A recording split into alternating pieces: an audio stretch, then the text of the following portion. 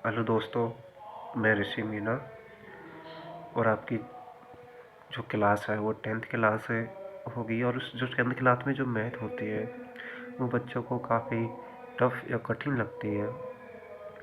जो उसमें बच्चों को मैं आज से मैथ को पढ़ाने की इजीली तरीके से, जितना हो सके उतनी इजीली तरीके से, जितना इंटरेस्टेड सब्जेक्ट आपका, सबसे इंटरेस्टेड सब्जेक्ट जो है उसको छोड़ के आपको सबसे जो इंटरेस्टेड सब्जेक्ट है वो मैथ लगने लगेगा। चलो आज से हम ना टाइम वेस्ट किए हुए बिना चैप्टर नंबर 4 से स्टार्ट करते हैं। क्लास 10th का मैथ सब्जेक्ट का 4th चैप्टर स्टार्ट करते हैं। उस जो चैप्टर है, चैप्टर नंबर 4 है, उसका जो नाम है दो चरों वाले रैखिक समीकरण एवं असमीकरण। तो रैखिक समीकरण और असमीकरण, रैखिक समीकरण और असमीकरण में डिफरेंस क्या होता है, ये होते क्या है, ये सबसे पहले अपने को जानना जरूरी होता है। किसी भी चैप्टर को या किसी भी लेसन को, किसी भी एक्सरसाइज जो भी आप जो बोलते हो इसे, उसको स्टार्ट करने से पहले जो नाम है उसके बारे में जानना ज़रूरी होता है। तभी ये पता चलेगा कि हम इसमें पढ़ क्या रहे हैं, क्या नहीं पढ़ रहे, जो भी है। तो इसलिए दो चरों वाले रैखिक समीकरण और एवं असमीकरण।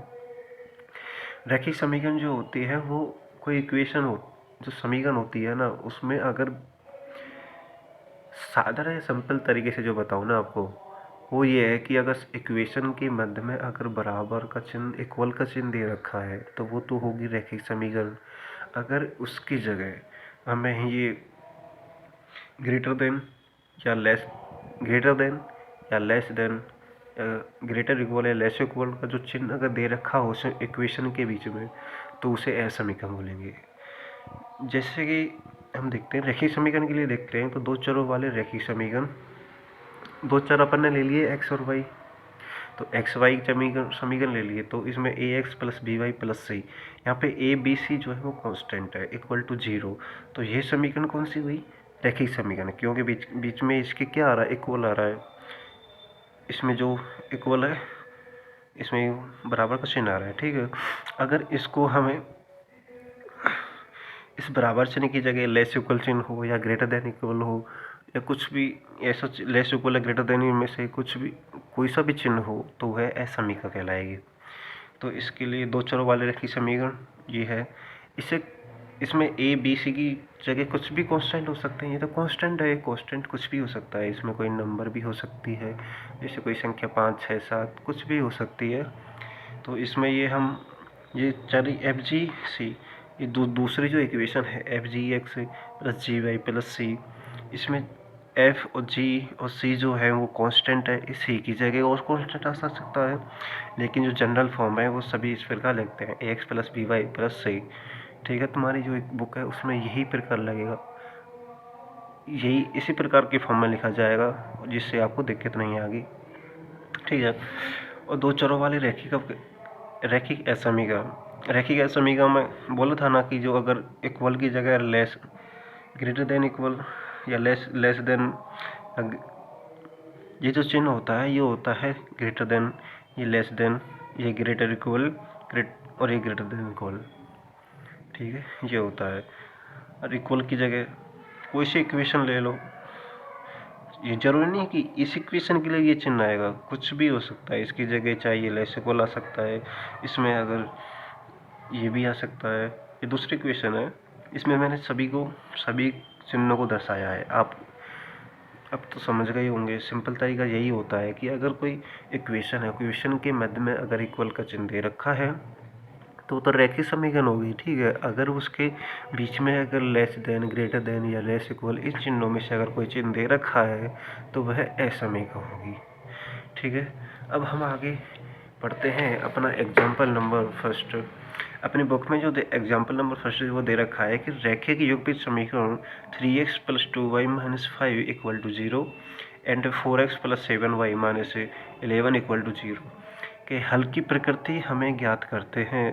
किनके लिए, समीकरण में x बराबर 1 और y बराबर 1 रखते हैं।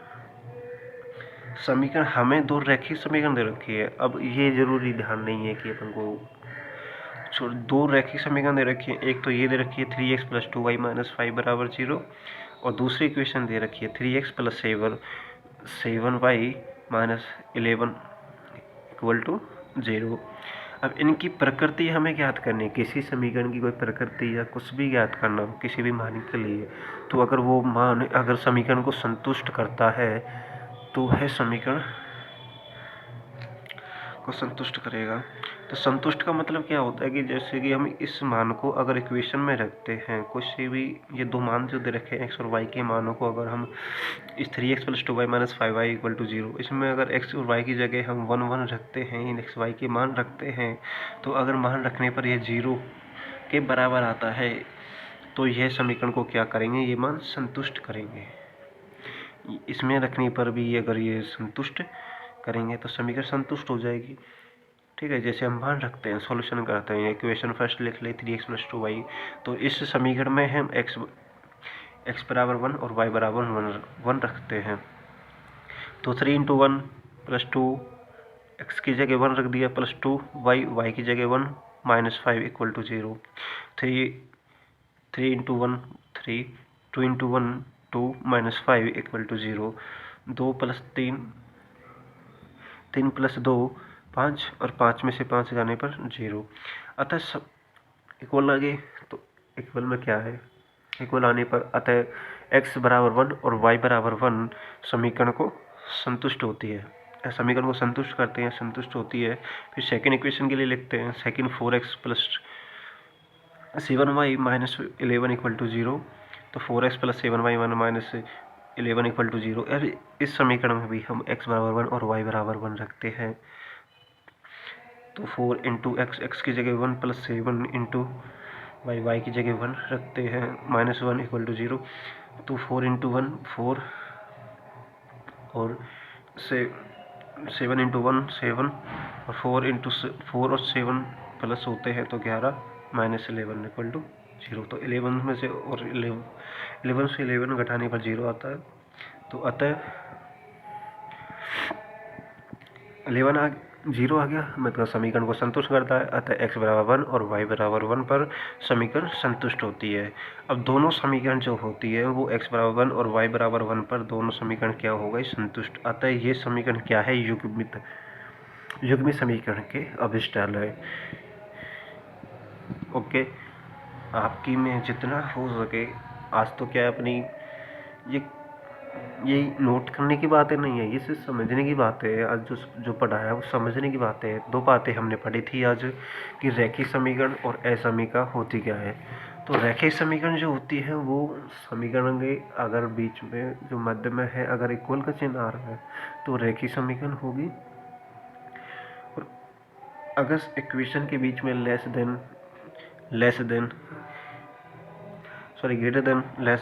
या ग्रेटर देन इक्वल या लेस देन इक्वल का चिन्ह आ रहा है, इनमें से अगर कोई भी चिन्ह आ रहा है तो वह असमीका होगी। और रैखिक समीकरण अभी कुछ भी नहीं, जो भी अगर कोई इक्वेशन है और इक्वेशन के मान दे रखे हैं तो वो मान अगर इक्वेशन को संतुष्ट करेंगे ही। अगर दो इक्वेशन है, अब एक मान दे रखा है कोई x बराबर 1, ये मान एक मान दे रखा है दोनों इक्वेशन का, x बराबर 1 और y बराबर 1। अब ये मान अगर दोनों इक्वेशन के या इस इक्वेशन का भी यही मान है और इस इक्वेशन का यही मान है तो दोनों रैखिक युग्मित समीकरण है।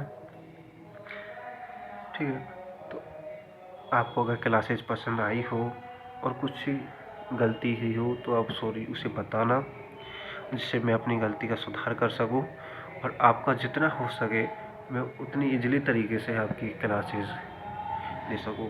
और मैं आपको जहां तक हो सके 1-1.5 महीने में आपकी एग्ज़ाम से पहले ही, वैसे अपनी एग्ज़ाम को तो ज़्यादा दिन नहीं है, लास्ट आपकी एग्ज़ाम से पहले ही पूरी मैथ का इजीली तरीके से पूरा कोर्स कराने की कोशिश करूँगा।